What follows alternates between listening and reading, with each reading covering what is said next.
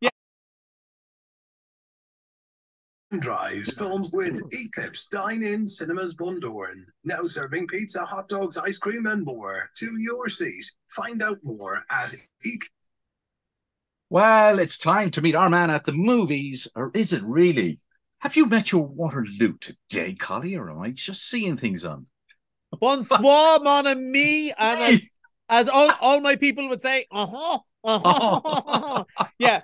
Um, I Just sweet and really rock star. apologize to all French people listening. I was actually doing a talk last night to some students from Alabama about stereotypes and how it was great to make our own movies now, like on Colleen Kuhn and stuff like that.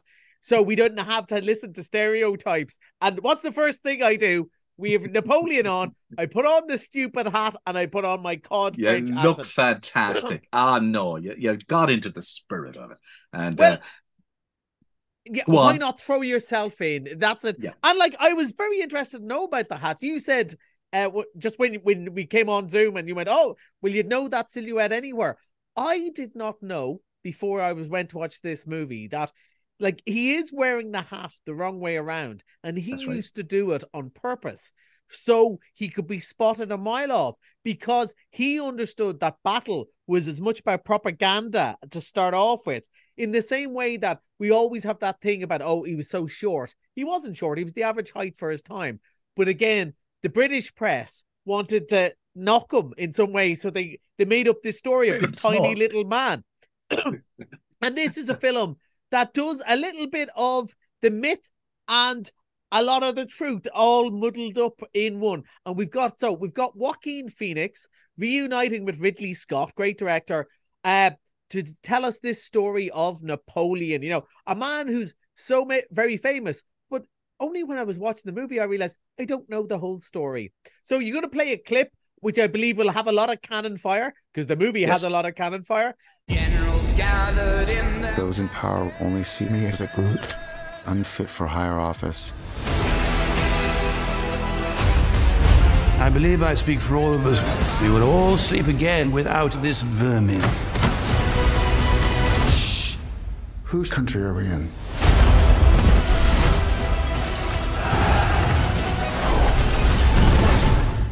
Mine.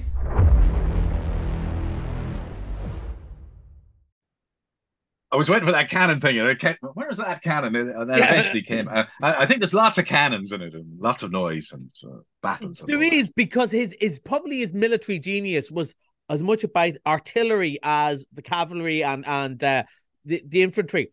And it's a really interesting movie. It really surprised me. Now, I did the unusual thing, something I haven't done since Barbenheimer Day, where I watched two movies back to back because I was away at a gig on Tuesday and I didn't catch up with this. So I watched this and then the Disney movie straight one after another. But what really surprised me is how funny this movie is, and on purpose. So Ridley Scott is showing that maybe, he's the great general on the field, but much like the hat, he's quite a pompous, foolish character. Off the screen, there's laughable stuff. And it had it in my mind all day because I was thinking, probably all these people who want to be the number one in the world, from Putin to Napoleon to Hitler, Trump, there is, when you take them out of the surroundings and the millions of people who died around them and so on, they are ridiculous characters if you take them out of context. And especially in his relationship with Josephine, who he did really love, according to this story. And it's a very passionate affair. But also, they're mad because I suppose if you want to be emperor, you're not going to be a sensible man in the rest of your life. And there's some great lines about, how tough it was for him to come to terms with that everyone else had failed him, that he'd done everything right. He's not afraid to admit if he was wrong. He just never has been wrong. And there's all these sort of one-liners. And there's always these bits as well going, this glorious bit where you arrive on the shore and you kiss the ground, like you see in all the movies. But then, you have a face full of sand and you're going to look slightly ridiculous. So it's a really interesting contrast. The battle scenes are really impressive and quite brutal without being gory. This is not Saving Private Ryan. Like, you won't be shocked, but you're going, wow, that's visceral and tough. But then it's mixed up between this other mad romance with Josephine, who you know, she's played by a much younger actress here because it is Hollywood, but was older. She'd been married before. Her husband was executed in the revolution, and there's all this sort of palace intrigue as well. Joaquin Phoenix is having a ball on it because he's this oddball of a character who is a military genius, but maybe not a genius in other parts of his life. Well, that was my impression of it anyway. I think it's a great performance. But in, say, contrast of our two other big, serious epics this year, Oppenheimer and Killers of the Flower Moon, it's a very different tone to this one. And I think people have really enjoyed it. The 2.5 hours flew by. And Vanessa Kirby is great in it too as Josephine. I thought it was really good fun, but not what I expected. I think you'll really like it. Yeah. Okay. Right, we're moving on quickly. And it's something Disney are back with Wish. This looks pretty good. Yeah, and I was going to say, you know, it's unusual to watch these two movies back to back, but in Wish, Chris Pine plays an emperor who has lost the run of himself, and you're going, wow, I did not expect this to begin. And this is Disney's new movie, and they're very knowingly made a movie. It's a new story, but it winks at all their old stories because they're 100 years old, and they have picked this story to be their 100-year film. So there's characters in it you go, oh, they're kind of like the dwarfs, aren't they? And there's kind of, oh, that's a bit Snow White. And there's all these little things going on. And like the music is just about to burst into the Disney Wish Upon a Star music at every time. And there's a bit with singing animals and you go, oh, that's Chip and Dale. That's Thumper from Bambi without it being that. Brilliant. So brilliant. It's a really nice story. Now, for me, a 50-year-old bloke who's not the target audience, I thought it was a nice story. It's not one of their all-time classics, but you know, It'll work, though. If you're a 6-7-year-old girl, you're going to love it. There's a couple of great songs, and it's a lovely. If you're a big Disney fan, if you know all these references, you're going to really enjoy it. And it does what it says on the tin. It's a great day out. I know already. You know, all the schools going on the Christmas parties have booked this one, and they're going to really enjoy it. Whether it'll last like 100 years, like some of the other ones that we're talking about, I don't know. But it's a lovely sort of end to the first century of Disney, and more power. Can't wait to see what they do next. It's really good fun. Okay. Right, Christmas is nearly upon us, and to believe it or not, Love Actually is 20 years old and it's coming back. Yeah, for cynics like me who aren't Christmas people and aren't Christmassy, this is a tough time of year. But I do like this one. Love Actually is one of those movies I liked in spite of myself. I remember going to see it 20 years ago going, this is going to be rubbish. Smalty and cheesy. Who can run through customs? Who would send their kid running through customs? All that sort of stuff. And then it starts winning you over. And yes, Richard Curtis has come out and said, yeah, I do understand that. You know, it's a remarkably undiverse London and all that sort of stuff. But it is warm and fun.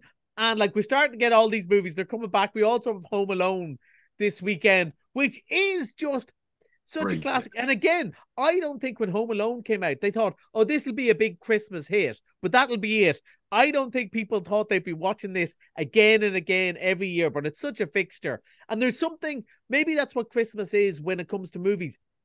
Every now and then they try and bring out a new Christmas movie. But really what you want to do as Christmas is gather those you love around you and watch an old classic, isn't it? There's something comforting in revisiting movies. So every week for the next couple of weeks, we're going to be talking about these. But this week is Love Actually is 20 years old. Those bits haven't dated. It's still great fun. And it's still outrageous. And a couple of bits you go, oh man, that's very cringe. But that's part of it. That's Christmas. And that's what a family is at Christmas, isn't it? Oh, yeah. Love and embarrassment going hand in hand. Right, missed it Monday. We're getting back. We're going. Kenneth Branagh, which we Branagh. talked about a couple of months ago, and I really enjoyed. But I don't know if you remember at the time. I went, I don't know were people going to like it as much. It did really, really well, and down on the down low that there was like 25 every night rather than one sold out night, and people just really like. And again, it's very tongue in cheek. You get the whodunit and the mystery and all that. But at the same time, not unlike Napoleon, he's the best detective in the world, but he's a ridiculous man. And but that's what it's supposed to be, isn't it? A Haunting in Venice. And that's part of the fun of it. It's winking at the camera while trying to scare you a bit. So it's good fun. And that's back for just a $5 on Monday. Okay. Next week, we will be in person. I think you'll be in Donegal Town with me in the Abbey Hotel.